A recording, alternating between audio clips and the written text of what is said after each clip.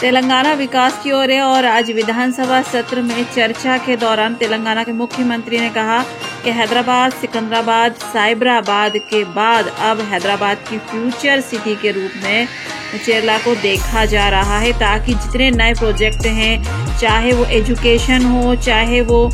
Gaming हो या जिस भी तरह के फ्यूचर से रिलेटेड हैं, वो सब वहीं आगे बनाए जाएंगे। ఆ ప్రాంతాన్ని ఒక అద్భుతమైన నగరంగా వారు ఏదైతే మెట్రో రైల్ గురించి చెప్పినరో నేను ఇప్పుడు మళ్ళీ కూడా చెప్తున్నా అధ్యక్ష, అంతర్జాతీయ ఎయిర్పోర్టు నుంచి ముచ్చర్లలో ఈ రోజు నిర్మించబోయే పోర్ట్ సిటీ అధ్యక్ష, హైదరాబాద్, సికింద్రాబాద్ సిటీ, సైబరాబాద్ సిటీ, ఇప్పుడు ముచ్చర్లలో ఫోర్త్ సిటీని మేము ఈ రోజు ఎస్టాబ్లిష్ చేయబోతున్నాము। ఆ ఫోర్త్ సిటీనే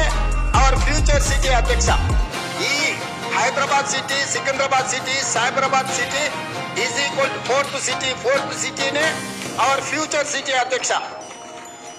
ఇవాళ అంతర్జాతీయ ఎయిర్పోర్ట్ వరకు మెట్రో తేవడమే కాదు, అంతర్జాతీయ ఎయిర్పోర్ట్ నుంచి ముచ్చర్లలో నిర్మించబోయే ఒక గొప్ప నగరానికి